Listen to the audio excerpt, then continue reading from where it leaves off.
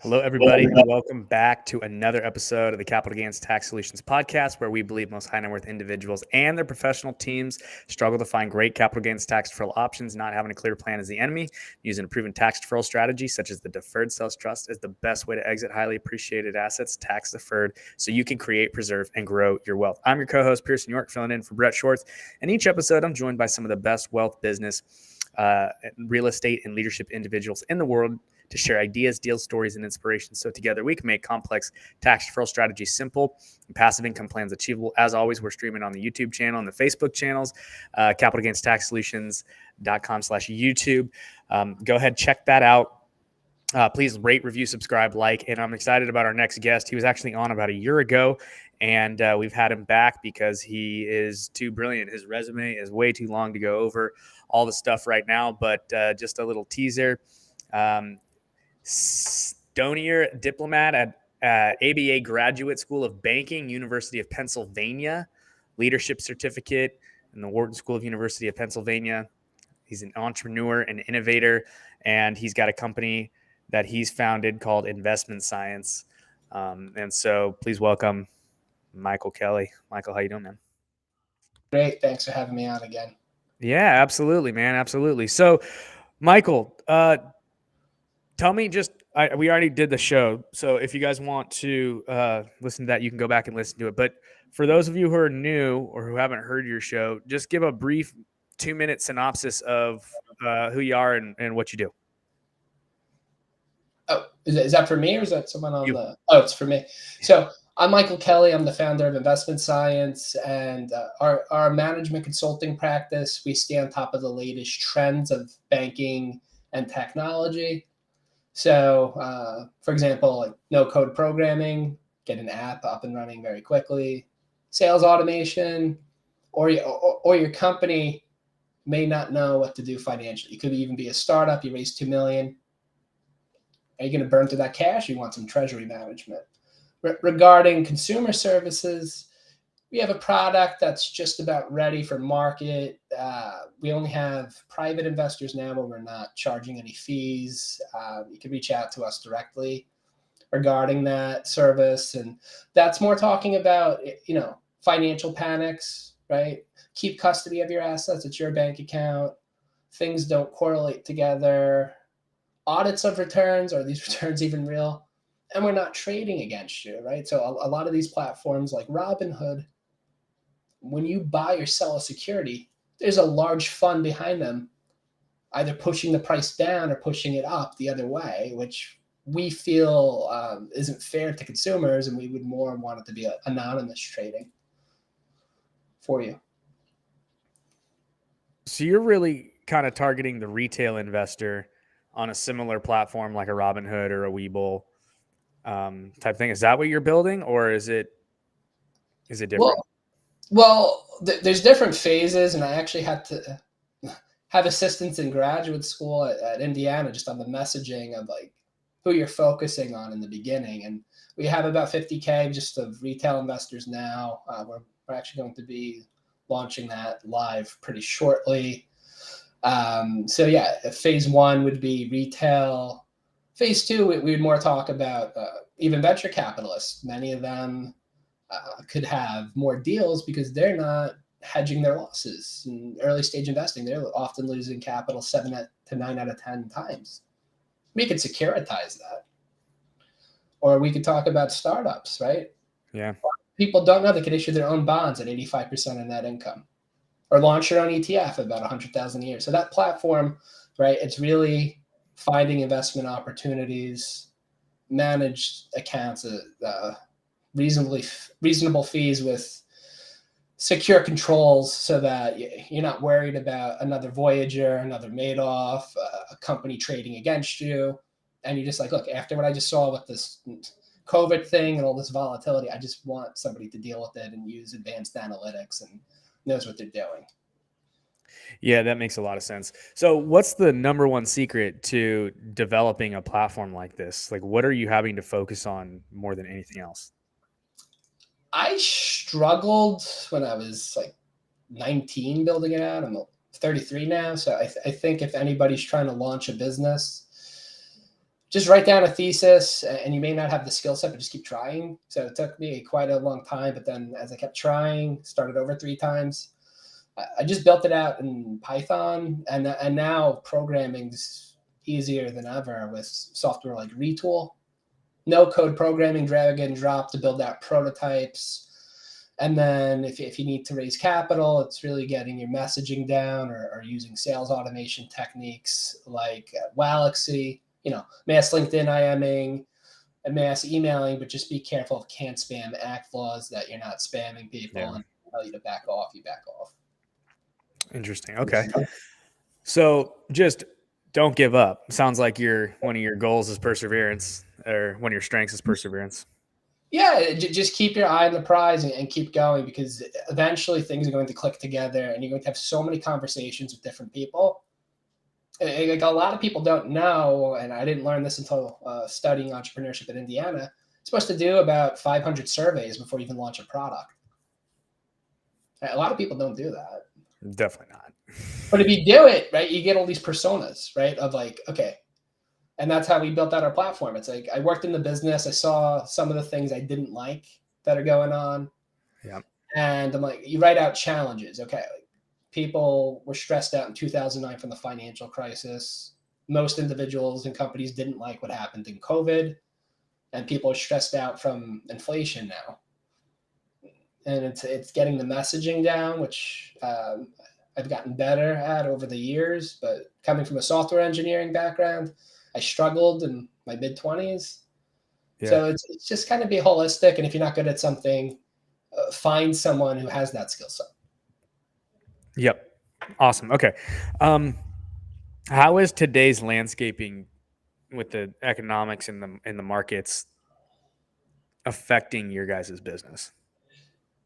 I think it actually helps, right? Because if you look at Google Trends data, anytime a market's panicking, the searches for wealth management shoot up, right? So many people want financial services when the market's not doing too well, or there's a lot of volatility.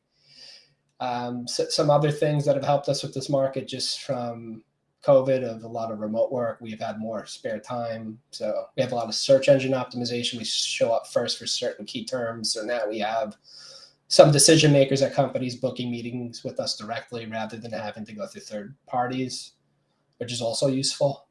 So to summarize, the market today, you have a lot of opportunity. You're working remotely. You have no code programming. You have YouTube videos, right? You can search for almost any topic and learn it quite well within a reasonable amount of time.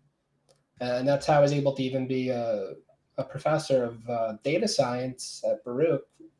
I self-taught myself data science, and then you become an expert in some fields, and people will pay for your opinions after a while. It's crazy. I call it YouTube University because it's you learn so much. It's crazy. Yeah, and I try to tell people, don't just learn, but action. Yeah, I have some friends, they read every book, but they just keep reading. Action, do something. How do you feel about like the university versus like self-learning in today's just access to information, and like where do you think it's going with like schools and colleges and that type of thing? You've got a lot of degrees and stuff like that, so obviously you like the schools, but I've met people that have not even finished college, and I say it's not for everyone, right? There's a lot of opportunity in the military, or even doing construction. There's labor shortages in all these areas, right? If you do a construction project, it's a miracle people just show up. So I just say, if you just do the work in some of these fields, you could have quite a nice life. But regarding education, it is getting more and more expensive. I think if you do go, you need to really know what your exit plan is, right? So, or how much it's going to cost, or what you're going to do after. But you could self-learn things, right? There's some of the best programmers. Some of these people didn't even, I mean, they might have graduated high school, but I've met some brilliant engineers that code better than me, even with all the schooling I have. So it's not for everyone, but if you can do it or want to do it, it's definitely uh, beneficial. Yeah. I would just say it helped my soft skills just teaching college for a year, or just how you write and speak. Because if you study computers, you're writing code all day. For 10 years, you struggle to write a sentence. And you go back to graduate school, you're writing all these white papers. So just make yourself well-rounded. And you can do it through YouTube too. I self-taught myself data science, not really through YouTube. I learned it in 2009 reading very complicated white papers, but I think it's easier today. You go to Wikipedia, you go to YouTube. There's meetups you can go to. Right? I've known people who've broken into industries just by going to networking events. Yep. Interesting. Okay. All right. On the last show, you kind of talked a little bit, about some tax strategy and whatnot, and kind of like where you were on this show. It's a totally different landscape. It's a totally different, market and whatnot. How has your company adapted at all to like what's going on? Have you guys changed your business plan at all, based upon what's going on out there? I mean, we have CPAs and attorneys that handle tax matters, but on my side, it's been pretty straightforward for our consulting practice. It's an LLC, taxed as an S corp, right? I learned this 10 years ago talking to an accountant. Any revenue on your business account, right? Pay yourself a wage of about 30K. All the other cash in there, if you're going to pay yourself out, do a distribution, which is a flat 15% federal tax. But I tell people a lot of like CPAs are almost like attorneys. They're staying on top of tax law. Yeah. I mean, trusts. There's a million things you could do. There used to be a lot of action with the SPACs because of taxes. I know VCs like C Corps because of their tax situation, tax exempt status. I even think the company that administers the SAT, they're tax exempt, if I'm not mistaken. Yeah, there's definitely a bunch of different, things you can do depending upon your structure, your organization, and all sorts of different things. I think what I was kind of asking though is last time you guys were, talking about that on this particular show. I kind of want to dive into a little bit more about um, your specific business model, right? And I think there's a lot of fear out there today on what's going on, right? Like we were talking before the show, they printed 40% of all the dollars in circulation in the last, like, what, 2 years? I guess 3 years now, something stupid like that, right? Now they're trying to fight this inflation, right? The UK just turned their printer press back on because of their bond markets going, in the toilet. So there's a lot of uncertainty. The housing market is trying to go down, but the lack of supply is kind of stabilizing a little bit, but it's still crazy high, like, and with the inflation and people can't afford this stuff, and you mentioned a lot of people are now searching for your kind of services and whatnot. How are you navigating this economic turmoil that we're kind of globally dealing with right now? Well, we have an edge just because think of it like a black box. It took us years, even a bunch of PhDs cycling in and out of the company, just first selecting the proper data science model, right? But then having the data to conduct it. So, for example, we get signals of the past year or the past 3 years, 6 months, 1 month. We have a trend of the industry. And then we take correlations to the next level because a lot of financial firms assume a normal distribution. Right? That's why we had part of the reason why we had the 2009 financial crisis. They were selling mortgage-backed securities and said, well, this thing's normally distributed. Right? And we did all the number crunching on 15,000 listed securities, and the distributions change every year. Right? And then these distributions mean there's a certain amount of volatility. There's advanced financial modeling or just basic stuff that banks do in an enterprise like Garch and ARIMA modeling, right? You could predict next day's volatility, but it's proper risk management, right? Just 5% in options or futures and making sure everything in the portfolio is not correlated. So, I mean, right now, a lot of our things are showing everything crashes together. Yeah. So a lot of the big companies go after large cap if you're talking about stocks, right? But if you do nano cap or small cap, they're not really. And that's if you talk to even like people who do commercial real estate, like Peter Harris. He's like, I don't even go with the big boys. I just go at my local community. And that's kind of the same with a lot of people. Unless you have a ton of capital, Right. just look at what's going on around you, right? With the rising dollar, a lot of money flowed into utility companies because the whole market was crashing. But it's hedging, right? You learn, go on YouTube, learn about options, right? Derivative instruments. We derive our value off of something else. And a lot of companies explode over that because they put too much in. But if you just do a 5%, if you lose your full 5% and your whole other portfolio shoots up 95%, you're still up. Right. Your whole portfolio tanks, right? So you could do products that benefit as the dollar rises, right? You could technically go long the dollar, synthetic, if that's what you want to do. Yeah. It really depends on an individual situation, including taxes, like that your podcast is very strong with. So where are you guys putting money right now? Well, the past year, I mean, like I said, November, we were short crypto. Because I was talking to venture capitalists in grad school, and I kept hearing, if it's not crypto, I'm not doing it. So it sounds like a bubble to me. Had a Uber driver tell me, did you hear about crypto? So if everybody's talking about it, you might want to do the opposite. Yeah. Smart. But you can also get burned by that too, because there's trends and everyone's buying. So you have to kind of do look at resistance levels. We're constructing a new portfolio now. We're still in conversations, Dr. Weinbach and I, but we tend to use our models to try to have 25 investments, and we'll put 5% in options.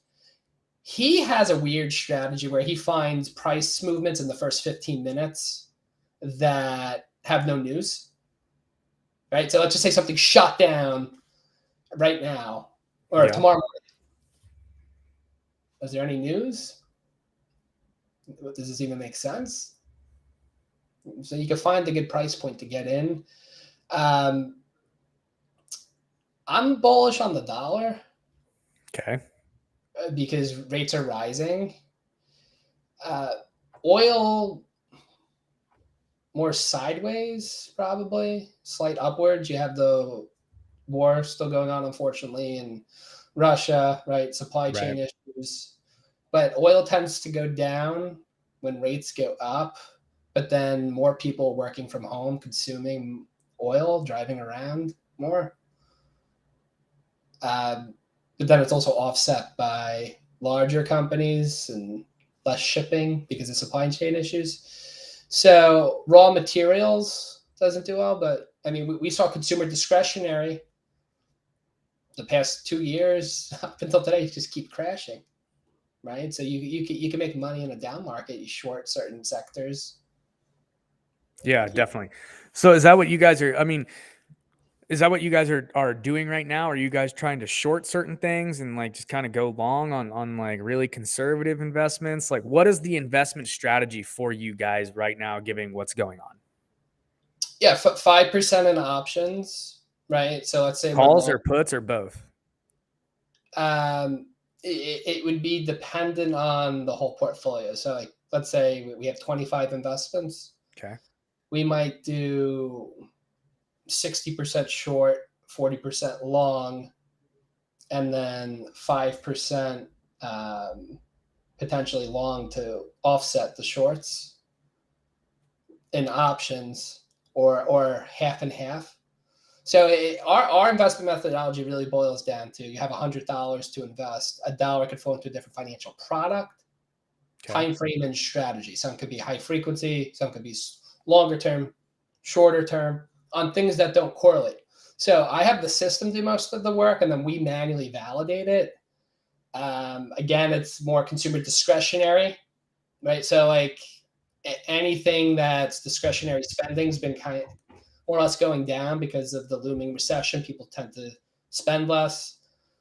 Products that link to a rising dollar that do well, we're long, and it's mostly just these standout companies. We find outliers. So if you were to drill down to a specific industry, like let's say financials, we could find the top overperformer and the top underperformer. Right? You're shorting the overperformer and you're calling the underperformer, and it as just simple as that. Or well, we're still building out the portfolio, right? But as we're building it out, we have to kind of link it all together. Are these things correlated? What's the statistical distribution? Right? A lot of companies still assume a normal because you talk about betas. What's a prerequisite for a beta? And a lot of financial firms use it, a normal distribution. And we just told you a lot of these. So look at all the assumptions, and we remove those assumptions and let the data tell us what to do. And no one, it's like, and no one else is kind of doing that right now. It's just a lot of like. Well, a lot of the market, at least on the equity side, I haven't been on top of it as much. It's like 85% plus is electronic trading. Okay. Right. So, and I've heard that before. Like, hasn't this been tried or done? I'm like, well, custody's been around for how long? Most companies don't do that mandatory. Right? We would just say, never send us a check, ever. It's your money. Open an account. It's your account. Pull your money at any time. We're not locking up your money. Yeah. Audits, right? Real-time audits of trades by third parties, right? That we're not waiting post-trade, real time. Did you perform what you said you would? We're not trading against you. Like on Robinhood, someone's trading against you. Right? We would have an anonymous. Right? You open your own account, any trade submitted, they don't even know who you are. Through Interactive Brokers. And then we find non-correlated returns, right? So I could talk about like last year what did well, and we're winding out of that, but I was short crypto and long oil. Like we bought oil when oil went negative. When they paid you to buy it? Yeah, like weird. Like, so just look at weird things that are happening. Like that's weird, right? Yeah. So, and it's like it's not going to stay negative forever. So you look at crypto a year ago. I think it was Bitcoin was at like 60 or 65K. Yeah, it's ridiculous. Yeah, but it's not backed by anything. First off, it's just this thing. Even institutional investors. I heard venture capitalists. I kept talking to them. If it's not crypto, and I do fintech, I'm not doing it. And I said, unfortunately, we could agree to disagree, but I think you're in for a tough time in the next year. Yeah. I have a follow-up conversation in 6 months. When it tanked, I didn't hear from them. So because that's what our software was telling us too. It's like, all right, price, because it's just looking at, it removes emotion, right? Prices can over-exhaust, under-exhaust. It's like at a double top, right? And you have to look at, everybody keeps talking about it. It's never reached this level higher, ever. And you have rising interest rates, right? Which is bad for crypto. So logically speaking, it should go down. This was a year ago, right? And then the oil, we bought it when it went negative. So like I said, most of that one portfolio didn't do well, but we did proper hedging, right? 5% was short an ETF that represented crypto. All the other asset classes, like I said, most of them moved together because of ETFs. Right. Those are long, 5% short, and oil shot up, right? So because oil shot up and crypto crashed, you're still up 30 to 40%. You look at the same thing now, it's like you have, the rising dollar, so products that link to that, short, consumer, discretionary, and, if we just go through it, real estate's not doing well, even though, like you said, but there's downward pressure on real estate investment trusts. Right? When rising interest rates, it hurts their capital. They have to borrow at a higher rate. Yeah, it's ridiculous. So you just list out things like, what are people saying? What does the data tell me in front of me? Are we at? Is this price level sustainable? Can I get in? Can I get out? Do I insure no more than 2 to 5% in each position, right? Because I talk to a lot of retail people. They're like, well, I did better than you. It's like, and you put every dollar in crypto. So like on an institutional level, that's not good, right? That one thing goes to zero, you're wiped out completely. There's risk, right? Yeah. So you're really big on managing your risk, making sure that you're diversified, making sure that you are just listening to the data. And I mean, diversification doesn't work as well as it used to, right? There's a lot of people that think gold works well. I think actually crypto outperformed gold with inflation and pricing. And we do the proper diversification where we're looking at the proper data elements, the proper way to measure correlation, the proper statistical distribution. And we can also mine all the data of like what's going on all the social media sites and what people are saying about it. And do we agree or disagree? We could look at some of the government reports of institutional short interest. How many companies are taking a negative position against this? And then we apply data science models of predictive analytics. So the system only has to be right 58% of the time. Right. so really your model hasn't changed at all. It's really just the investments that you're going to be putting your dollars into, and that you're just going to let the market tell you what's pretty much just out of whack in any situation, whether it's positive or negative, and you're just making sure you're protecting your downside. Yeah, and I mean, you look at BlackRock's Russia fund went under. So everybody says, don't all these, like, remember you said before, don't all these companies have it figured out? It hasn't been tried before. I'm like, you would think so, but no. Not with all these elements. We're speaking about very basic, proper risk management. How is that possible? I think these companies are just so big. So I'm not going to say like when I name these companies, I'm not saying every single person there is doing something wrong. It's just like I think they're just too big. So, I even got off the phone with Google, right? I'm struggling just with my email servers. I'm like, you guys used to be good 10 years ago. you actually got a hold of Google? No, it was a support ticket. I was going to say, I have never heard of someone being able to talk to them. Well, that's another problem, right? All these companies, it's hard to get people on the phone. Like, I like to talk to people on the phone. And then on the optimistic side, they're like, well, with the millennials, they like to text, so we do robots. It's like, no, you're just trying to save money. Yeah. Get it. There shouldn't be, I go to these banking conferences. I said, if you call a bank, there shouldn't be a 10-minute hold time. You guys can print money. You can borrow money from the Fed. Real time, they pick up the phone. Right. Just little things like that. Or you look at, we have in our business plan to acquire an existing bank, right? If we had a yield on a checking account of 5%, we make the max credit card rate 5%. Why do credit card rates have to be 18% or 20 or 30? Hopefully, 5%. I want a 5% credit card. You get a 5% credit card, sign me up. I'll be the first customer. That's what we're saying. We're trying to just write out every problem people have with financial institutions, right? From all of our surveys, and they're like, well, I don't know if it's a scam. I don't like losing money. I think banks are charging too many fees. Credit card rates are too high. So we're making it consumer centered, and we're looking at risk. And a lot of these consumers don't know it. I'm on a Robinhood account. A hedge fund's trading against me. That's not Yeah, good. I did not know that. A lot of people, there's a lot of things that go on because even to get the market data for Robinhood, you're looking at roughly $500,000 a year just for data feeds. So probably anywhere from $200 to $500 per user. So they were being really shady about the whole thing in the beginning of how they actually made money. Right? Everyone thinks it's free. It's like, no, they'd be out of business. They're running a business, 500 per year. So and there's actually theories that if the New York Stock Exchange imposes best execution, right? Because there's like a little bit of a markup on that price. Yeah. Ask spread. That's not the best price. Right? So there's a lot of controversy around them, but they did do some good things with commission-free trading. Then all the other brokers have to lower commission. So I don't like to be overly negative with companies, but you just have to list out challenges and make it consumer-centered.